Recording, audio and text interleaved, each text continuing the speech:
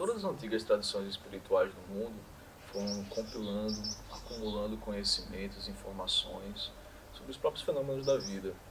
E esses conhecimentos, eles sempre foram percebidos como coisas muito preciosas e muito valiosas, porque eles, além de serem fruto de uma observação sistemática e de uma organização dentro de uma estrutura de um pensamento bem definida, as pessoas sabiam do quão valioso eles poderiam ser ao transmitir para o benefício dos seres. E eu falo de várias tradições espirituais, tanto no Oriente quanto no Ocidente, na África.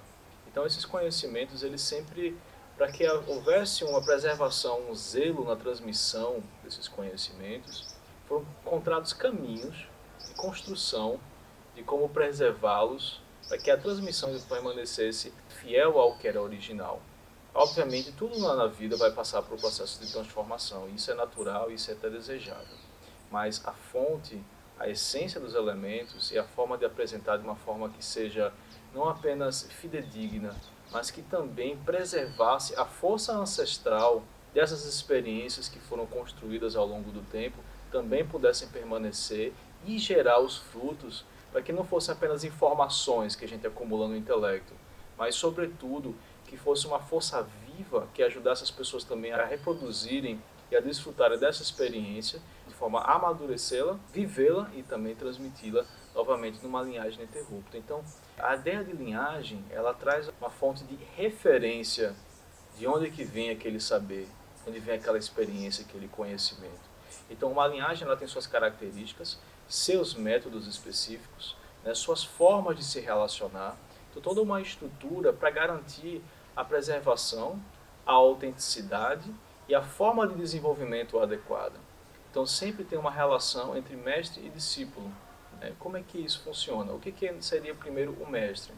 O mestre é aquela pessoa que viveu aquele caminho com profundidade. Ele não apenas acumulou informações ou acumulou algumas referências. Ele viveu e passou por as várias etapas, os tipos de experiência que aquele método e aquela proposta traz. Então ele foi amadurecendo a ponto de ele ser uma referência viva.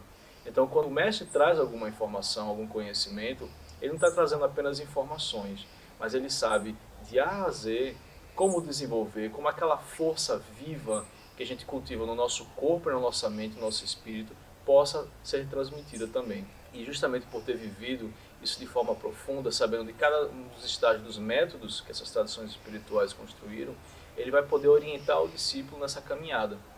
Então, é necessário que também o mestre siga o próprio processo que ele mesmo aprendeu, porque isso foi não apenas preservado, mas testado ao longo de muito tempo, a forma de garantir que aquilo funciona e que essa força ancestral, que é passada de um para o outro, possa ser transmitida para o discípulo. O discípulo, por si só, primeiro ele tem que estar aberto para isso. Então ele recebe aquilo, sabendo quem é a sua referência, do seu mestre ou a sua mestra.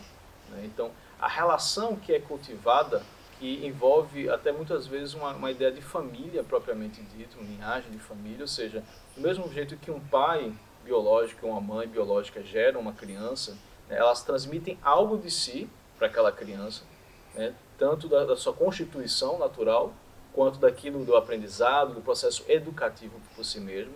Uma linhagem é a mesma coisa, é como se fosse um filho ou uma filha espiritual. Né? Então essa transmissão passa, o mestre está trazendo algo de si, então existe sim uma ligação psicológica, espiritual entre essas duas figuras, né?